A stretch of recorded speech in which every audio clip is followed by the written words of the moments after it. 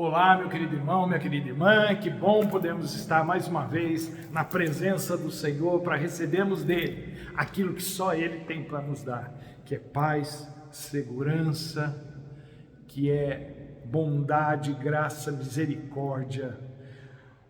É só nele que nós nos sentimos abraçados, seguros e plenos. Que ele possa tocar na sua vida hoje, você ser alcançado também por essa graça, por essa bondade, por essa misericórdia. Pai amado, nós te glorificamos.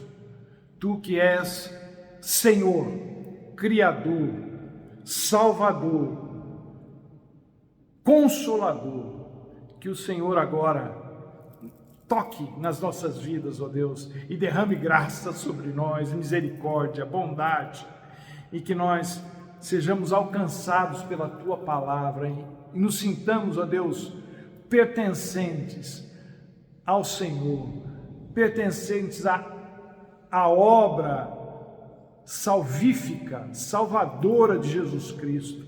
Que o Senhor, ó Deus, dê com essa palavra ao nosso coração segurança, paz e tranquilidade. Assim nós oramos. Expulsa de nossas vidas, ó Deus, manda embora das nossas vidas tudo aquilo que não presta. Ó Pai, os ataques do inimigo, ó Deus, afasta de nós, defende-nos, ó Deus, em nome de Jesus.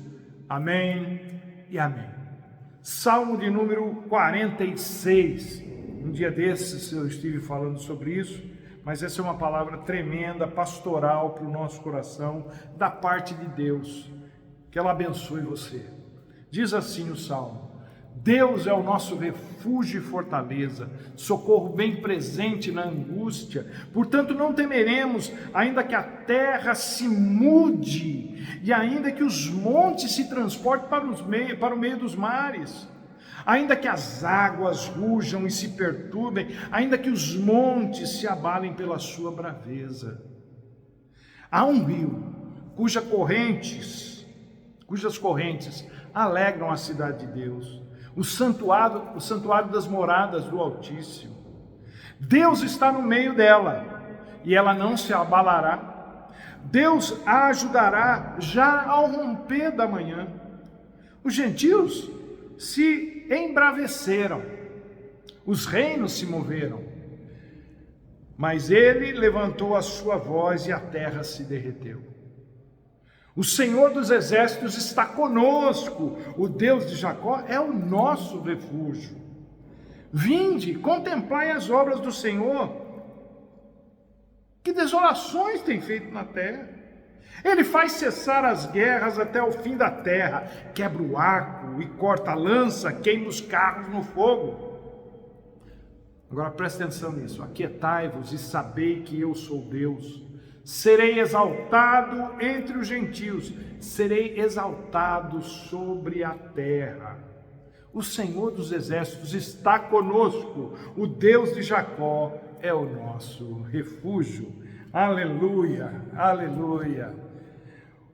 Uma das afirmações mais significativas de toda a Bíblia se encontra aqui no Salmo 46. Quando Deus fala conosco o seguinte: aquietem-se, acalmem-se, relaxem, respirem fundo e não se esqueçam que eu sou Deus. Vejam, o salmista, ele vem descrevendo a relação de Deus para com aqueles que são dele. O salmista fala da presença de Deus na vida daqueles que são dele. Fala do poder de Deus a favor daqueles que são dele. E completa dizendo que não há motivo para quem conhece a Deus se alarmar com o que quer que seja, porque Ele é Deus. O que significa isso? Significa que pessoas podem se achar poderosas. Elas podem se levantar contra nós. Principados e potestades podem pensar que são capazes, têm o poder de fazer o que quiserem. Mas isso não passa de uma ilusão megalomaníaca da parte desses. Só tem um Deus vivo e verdadeiro, e é Ele quem diz o que pode e o que não pode ser feito. Tudo o que acontece só acontece porque Ele permite, e não porque aqueles que se acham têm o poder de fazer o que querem.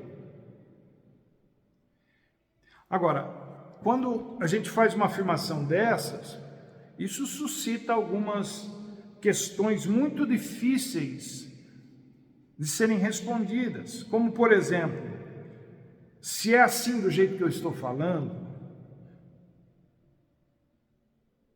se é Deus que permite tudo, então é Deus que permite que crianças sejam mortas, torturadas, estupradas por seres humanos que estão mais para monstros e demônios do que propriamente para a gente? Por que Ele permite essas monstruosidades? Por que as pessoas que não têm nada a ver com o peixe têm que pagar como se fossem as responsáveis, como no caso dos refugiados de guerra, por exemplo, da Somália, da Ucrânia, desses lugares todos, da África em geral? Esse é o tipo de coisa que não desce pela garganta das pessoas. Por que Deus não acaba logo com isso? Por que Ele não intervém? Por que Ele deixa? Geralmente, quem fica indignado com Deus, eu disse, é impressionante que as pessoas elas não ficam indignadas só com a situação, elas ficam indignadas com Deus. Mas geralmente quem fica indignado com Deus por causa desse tipo de coisa é gente que não o conhece, é gente que não anda com Ele. Os que o conhecem, os que andam com Ele, não têm as respostas para essas perguntas, não tem, mas tem a fé para nos amparar enquanto a história não atinge o seu ápice, o seu clímax. O mar não está para peixe? Todo mundo está vendo que não está. As coisas estão difíceis, as pessoas estão surtando, o mundo está de ponta cabeça, os valores morais e éticos estão de ponta cabeça. O conselho de Deus para você que está com o coração tão pesado por causa dessas coisas é o seguinte: acalme-se, relaxe, respire, aquieta-te. Eu sou Deus, Ele falando. Em outras palavras, não há nada que você possa fazer para mudar o curso da história.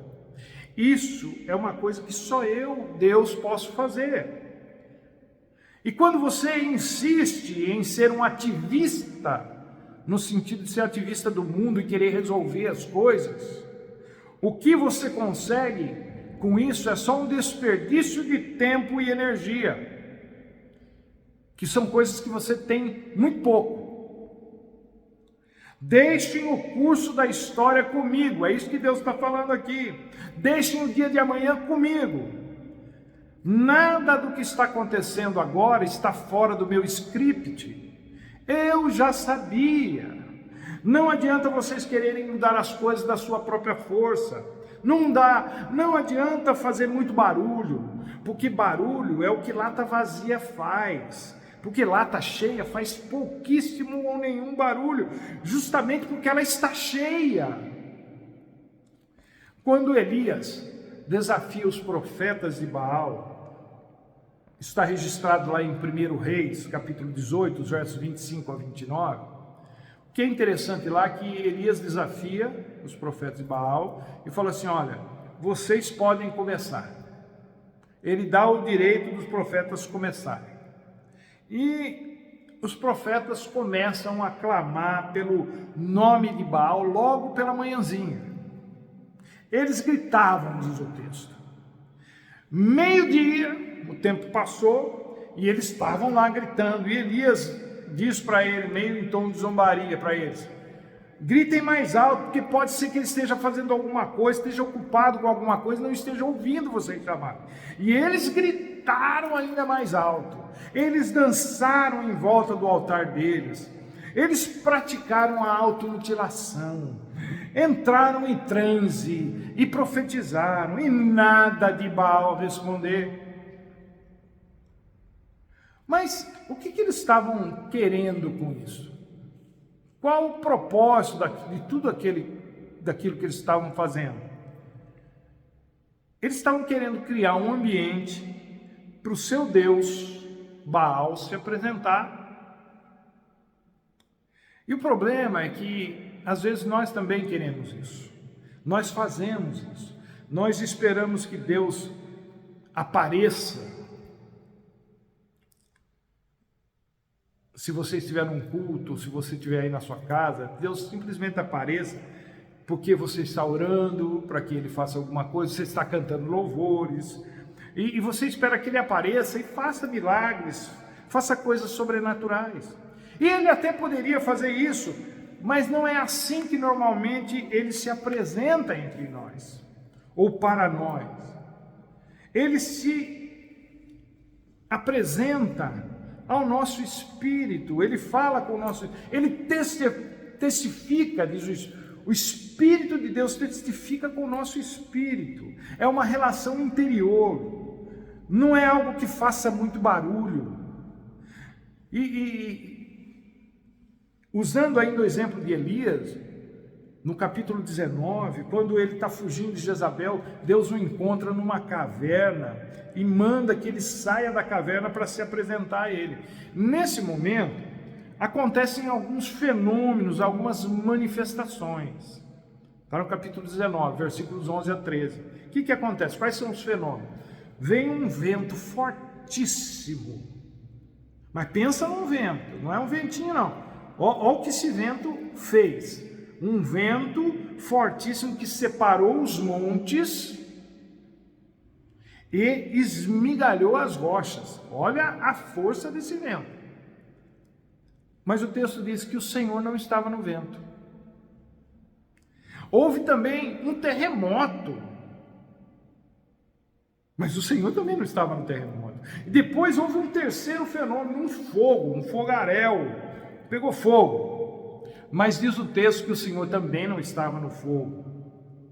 Aí, passado esses três fenômenos, o vento, o terremoto e o fogo, veio uma brisa muito suave, um cicio, um murmúrio, e foi dessa brisa suave que Deus falou com Elias. Por quê? Porque ninguém consegue focar sua atenção quando há muita coisa acontecendo, quando há muito barulho acontecendo, e Deus sabe disso. A gente precisa se apresentar a Deus, esperar até que a nossa mente se acalme, para que a gente possa ouvir Deus falando conosco. O desespero nos torna irracionais, tapa os nossos ouvidos, inclusive. O barulho, ele nos deixa confusos. Aquilo que a gente vê, quando a coisa está muito assim, cheia de barulho, cheia de coisas acontecendo, aquilo que a gente está vendo, não é? A gente já tem um background, tem muitas informações, né? E o que a gente acaba vendo é uma ideia distorcida do que está acontecendo, que nem sempre é o que a gente pensa. Eu vou ilustrar isso para você entender, falando de uma experiência que eu vivi há alguns dias. Sexta-feira retrasada, eu resolvi sair para dar um passeio com meus cães. Eu tenho 3 cães, eu faço isso uma vez por semana e geralmente é de sábado e sábado à tarde. Mas eu pensei, eu vou adiantar o expediente e amanhã, sábado, eu fico livre. Eu saio com um de cada vez, eu não dou conta de sair com os 3 de uma vez só, tem que sair com um. Saí com a primeira e fiz o percurso que eu estou acostumado a fazer há anos com ela. Eu saio de casa, vou até uma pracinha, ando em volta da praça e volto para casa, dá cerca de 1,5 km, 2 km. Mas naquela sexta-feira aconteceu um negócio que não estava no script meu. Eu estava andando com a cachorra na pracinha e de repente eu ouço um rapaz numa moto do outro lado gritando: olha o cachorro, olha o cachorro, olha o cachorro. Eu dei uma olhada assim, não vi nada, e ele continuou gritando, e de repente eu olho, eu vejo uma massa musculosa vindo com tudo para cima de nós. Era um pitbull. E minhas pernas bambearam. Eu não tinha nada na mão para nos defender. O meu instinto foi pegar a minha cachorra, que pesa cerca de 30 quilos, ela é grande e forte, e eu a peguei nos braços para o pitbull não mordê-la. Eu nem pensei em mim. E eu aguentei um tempo também, mas não aguentei muito. Ele parou, cheirou, não fez nada, mas a adrenalina estava a 1000. E um casal estava chegando na casa ali perto de onde eu estava. Eu pedi, implorei para eles me deixarem entrar até que o cachorro fosse embora. Eles deixaram, fiquei ali por cerca de 5 minutos, que pareceram uma eternidade, até o pitbull ir para o outro lado da praça. Quando ele chegou lá, olhando para o outro lado, eu saí de mansinho com a minha cachorra, viramos a esquina, que estava assim cerca de uns 10 metros, e viemos embora, lado oposto. Mas ele nos viu e veio de novo. Eu nunca corri tanto. Pensa num Bolt, Usain Bolt, branco e gordo, e tiozão correndo. Um quarteirão depois e o coração estava saindo pela boca. Eu pensei que eu ia infartar. Por que eu estou contando isso para vocês? No dia seguinte eu voltei lá na pracinha, de carro, para ver se o cachorro ainda estava lá. E aí eu perguntei para um casal que estava passeando com o cachorrinho deles, se eles tinham visto o pitbull ali. Eles disseram que ele sempre aparecia por ali e ele era manso. E que a cachorrinha deles é que avançava sempre nele.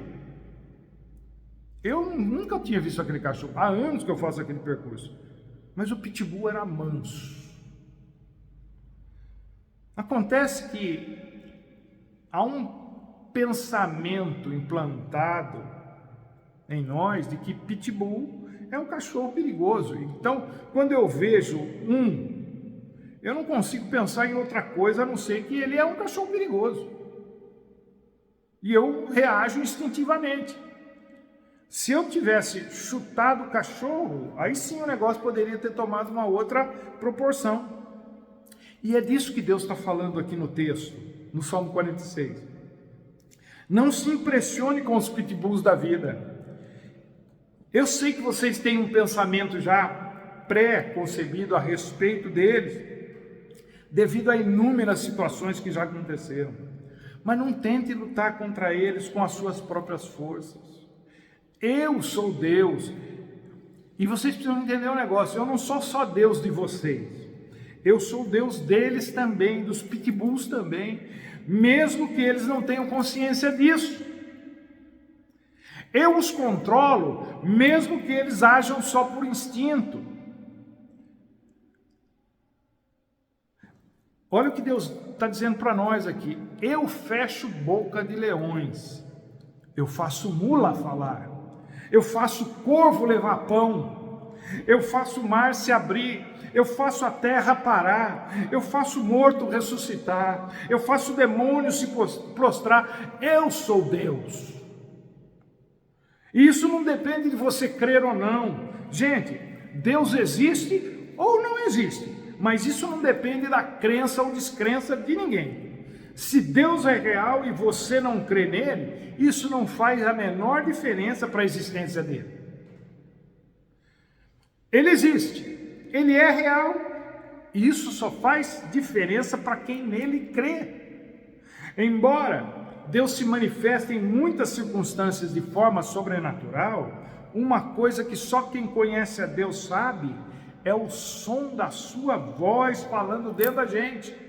A paz que excede todo o entendimento não acontece fora de nós, mas dentro de nós. O pastor do Salmo 23, que nos conduz a pastos verdejantes e às águas tranquilas, não faz isso de forma literal, mas dentro da gente, de forma subjetiva. O fato da gente não ter medo do vale da sombra da morte também é uma alusão ao Deus que nos acalma interiormente. Acalme-se, recomponha-se, relaxe.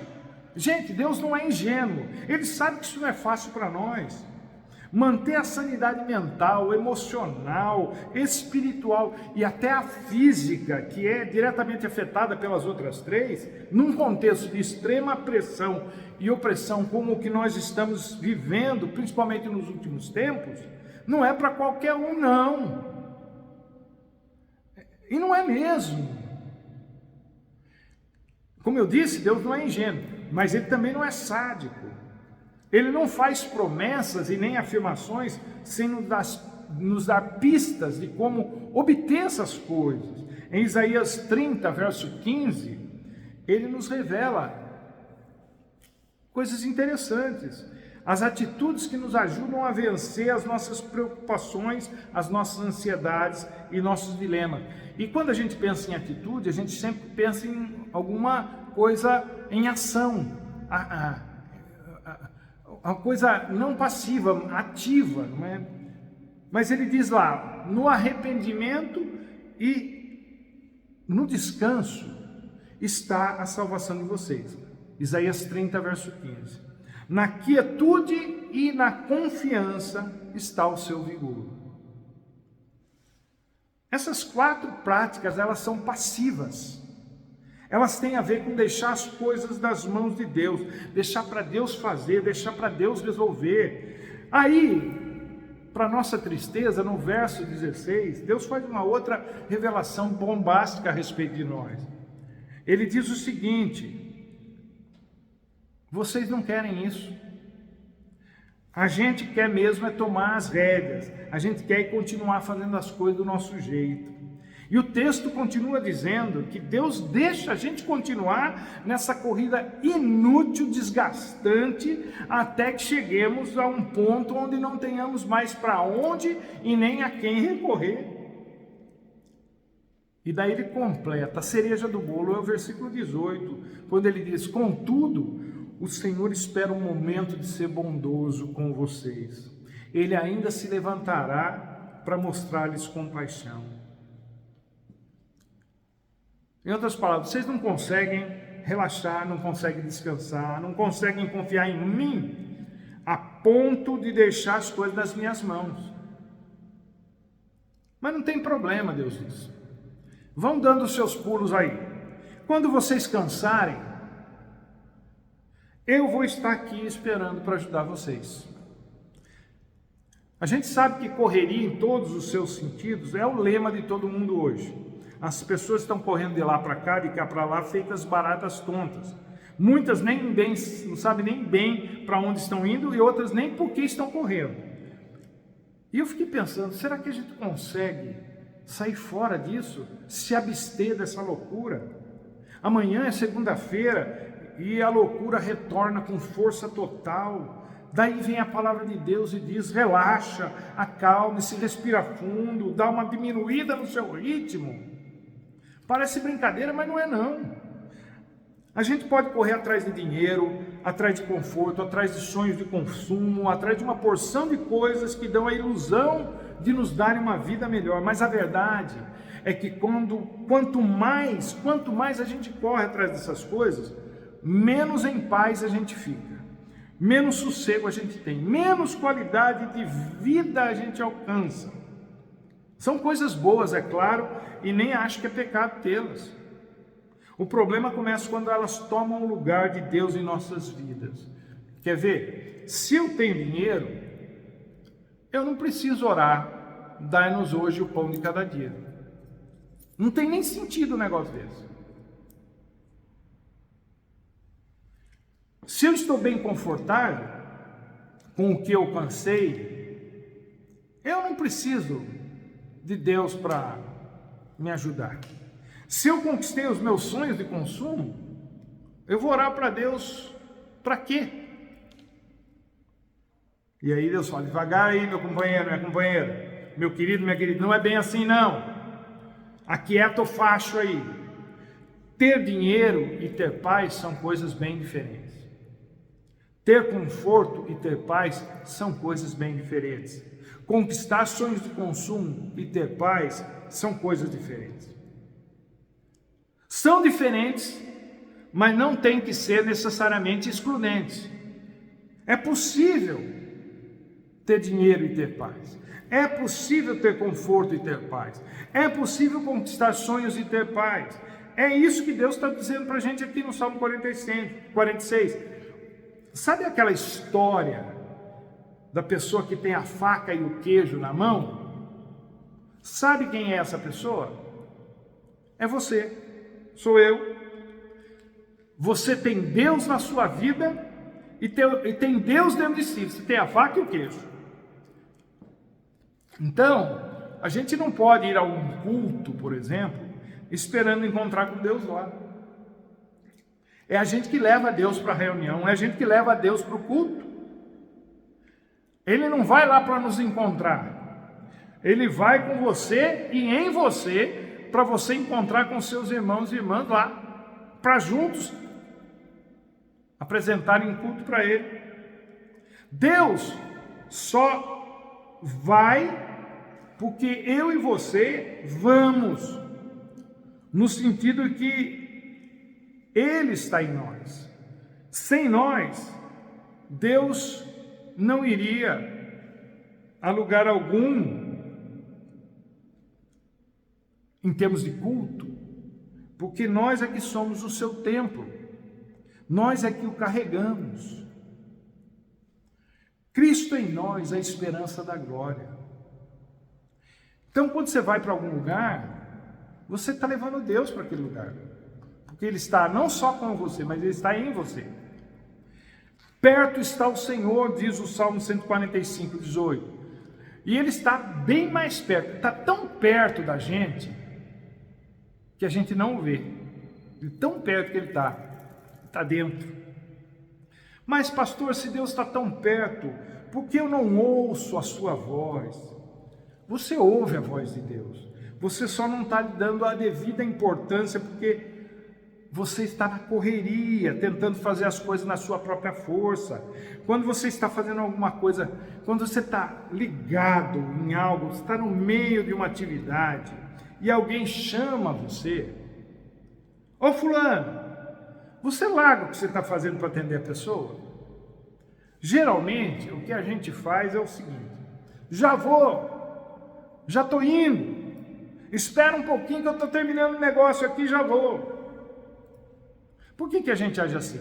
Porque a maneira como a pessoa chamou, você entende que aquilo não era algo tão importante, tão urgente, que você tivesse que largar o que você está fazendo para ir atender. Agora, se você conhece a voz de quem está lhe chamando, e você percebe que no tom da voz tem alguma coisa esquisita, aí você larga tudo que você está fazendo para ver o que está acontecendo. Mas o que isso tem a ver com a voz de Deus? Tem tudo a ver. O problema é que Deus não nos chama pedindo ajuda. Deus nos chama oferecendo ajuda, como aqui no Salmo 46. Apesar do imperativo, apesar dele dizer: aquietai-vos e sabei que eu sou Deus, o que ele está nos dizendo aqui é para a gente relaxar. Eu sou Deus, o único e verdadeiro Deus, e vocês estão comigo, e eu estou com vocês e em vocês. Não tem como dar errado a sua vida nessa relação. Não se deixe intimidar pelas sirenes, pelos alarmes que estão tocando no mundo. Tem muita gente falando para a gente se preparar, e manter-se preparado é bom para tudo. É bom você estar preparado, mas quando você chega num ponto em que você está tão preparado que você não consegue relaxar, você não consegue ouvir Deus falando também. Não consegue discernir. Não consegue ouvir Deus falando: ó, sujeito, acalma, diminui o ritmo, relaxa. Sabe por quê? Você pode fazer isso sem medo. Deus diz isso aqui para nós no Salmo 46. Você pode relaxar, você pode aquietar, você deve respirar fundo. Sabe por quê? Porque eu, o Senhor, sou o seu refúgio e fortaleza, o seu socorro bem presente na hora da angústia. Respira. Deus está com você e em você. E aconteça o que acontecer, isso não vai mudar. Deus continuará com você e em você. E é isso que você precisa para a vida. Nada mais do que isso. Por isso, respira. Acredite, creia, descanse no Senhor. Ele é a sua salvação. Que Deus te abençoe, meu querido e minha querida, e até a próxima, se Ele assim nos permitir.